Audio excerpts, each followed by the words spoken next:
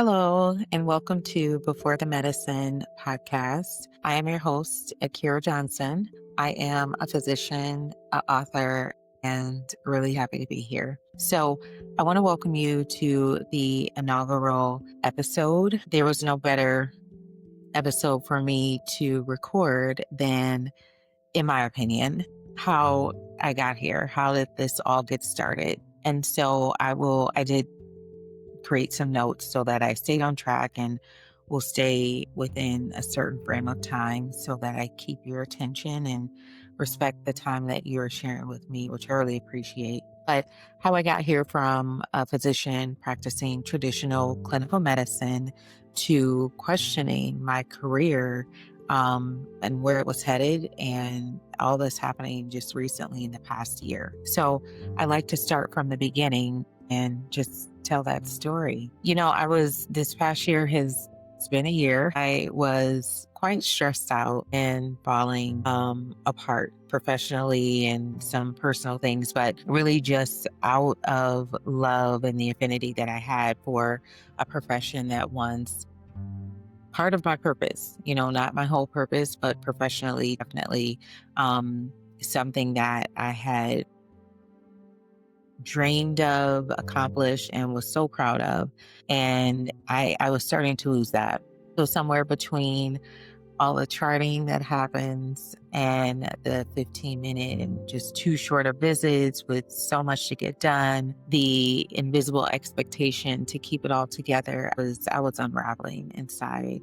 I Previous to that was in pretty good health, I would say.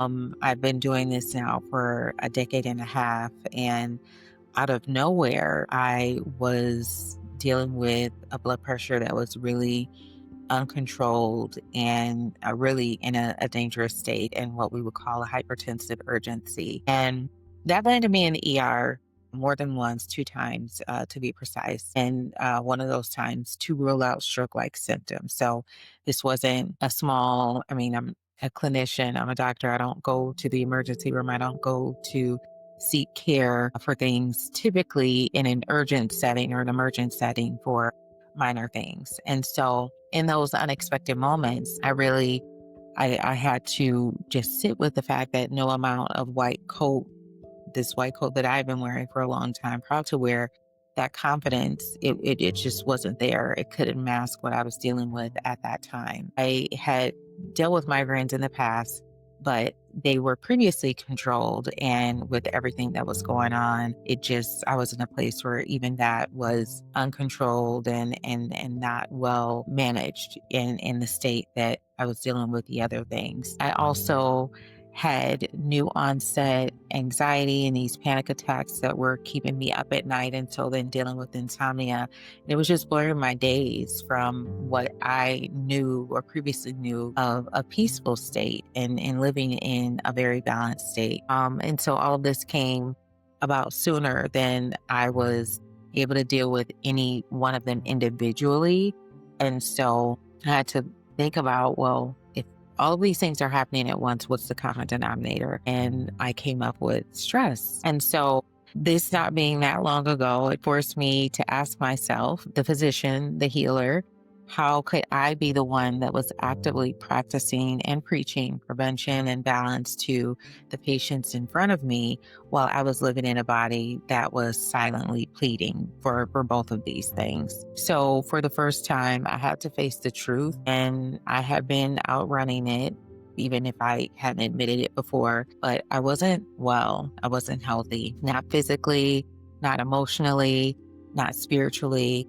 My life had become a prescription pad for stress and survival. And no one had written me an order for rest, softness, or self-compassion. And honestly, had they, I don't know that I would have taken it, because I was on autopilot in those moments, and just so used to being in that state and thinking that that was the way that I needed to operate and get things done. So that breaking point became my awakening, and I could no longer operate on an autopilot of stress as fuel. That's what it was.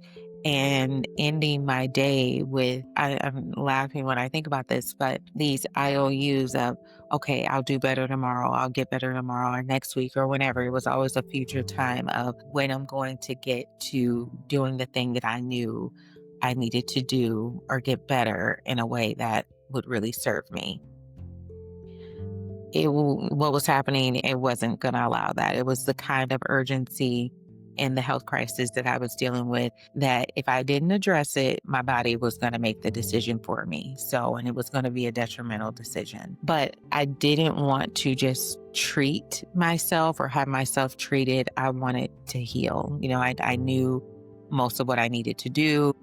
I knew any provider that I was going to see, what they were going to give me, what they were going to tell me. So I really wanted to heal and not just be treated in those moments. So I had to begin at the beginning. And by this, I mean reintroducing myself to myself. It was a slow process, it was deliberate, and it just had to be gentle. I knew what I needed was that kindness that I so often exuded to patients and in my practice, but I can honestly say I wasn't doing the same for myself. I developed a relationship with my body that was so unconditional. I mean, I had never at that point really just developed and nourished a relationship with myself physically and just from this deeply rooted space of compassion in that way where I was really getting to be reacquainted with myself, know myself, if that's not a word, but a better way to put it. But it was also like I was speaking to an old friend that I hadn't heard from in a while. And I just needed to listen before I demanded anything from them or from my body in that case. So I started noticing cues from a place of compassion, and it wasn't about survival. I was no longer on the table. I knew I was going to survive as long as I stayed connected. And so I gave myself permission to heal and to be in this still state that felt the safest that I had ever felt with myself. I began to hear the whispers before the shutdowns, plural.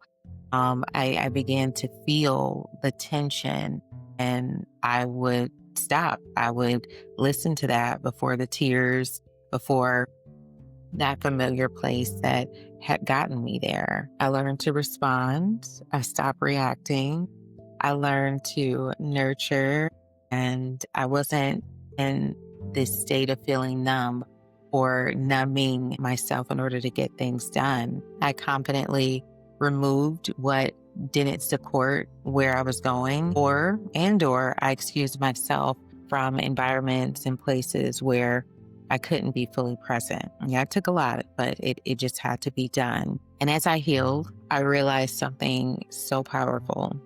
I wasn't alone. I had many patients that were in these states of dealing with chronic diseases with me as their healthcare partner. And the chronic disease itself wasn't the issue. To my own heart, I'm really good at doing that. I can treat you, I can get you stable, I can get you maintained. That's the easy part for me as a clinician. I've been doing this long enough, and that's what they teach you. That's easy to do. But I realized where a lot of them were struggling, and it was the power that they gave the disease state, the power that they gave the misalignment and just staying stuck in stress and in survival, and that being a barrier to them really healing, as I found for myself. So every clinic day, when I saw versions of myself in my patients, many of them I'd had for a while, some of them new, but they were coming through the door exhausted and overwhelmed and trying to fix symptoms instead of understanding the signals. With these 15-minute visits, sometimes less, just a short period of time, I realized that my reach was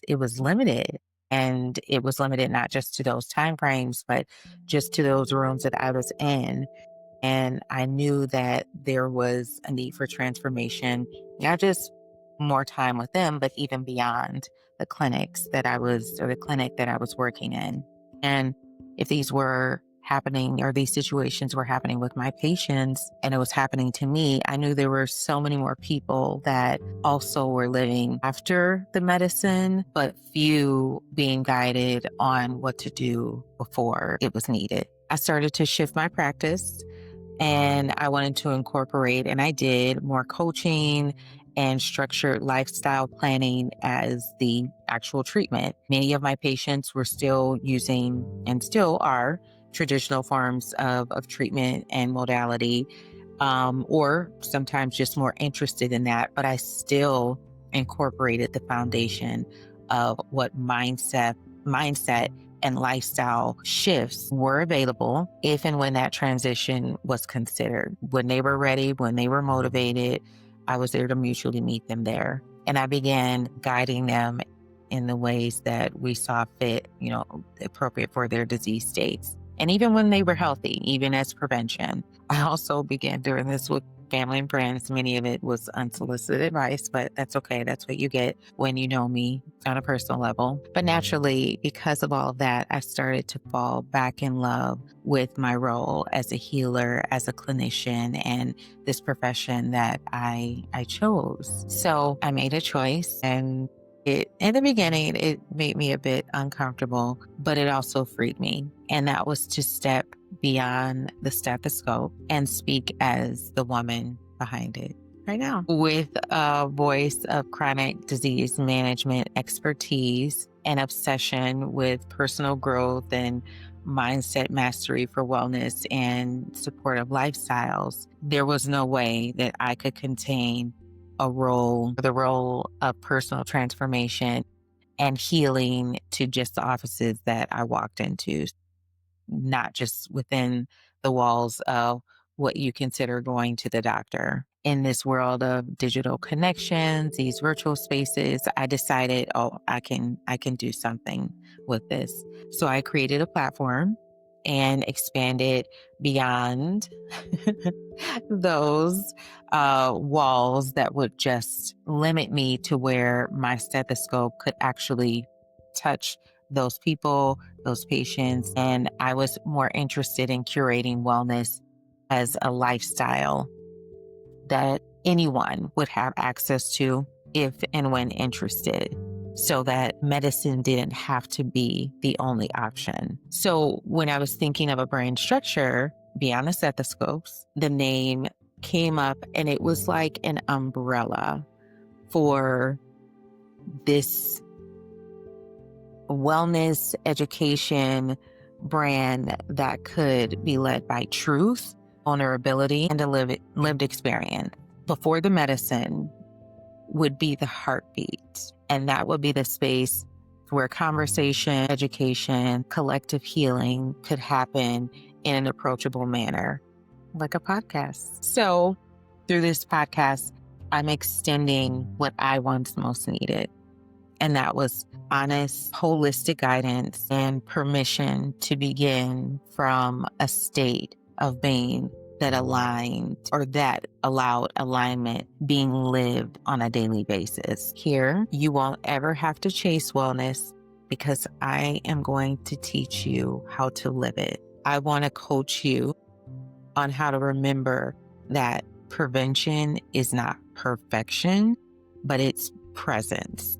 First and foremost, since the medicine we often need first isn't found in a pill bottle, I'll support you with the transformation of personal awareness, mind-body connection, and the courage to show up for yourself. All of this, it's not just my story, it's an invitation. It's before the medicine. It's also a chance to return to yourself one conscious step at a time. So I want to thank you for spending this first episode with me. I hope to see you next week. And in the meantime, I want you to get out of here, go live your life, go tend to your lifestyle, something that supports you and where you're going, and not where you've been stuck in barely surviving. I'll see you next week.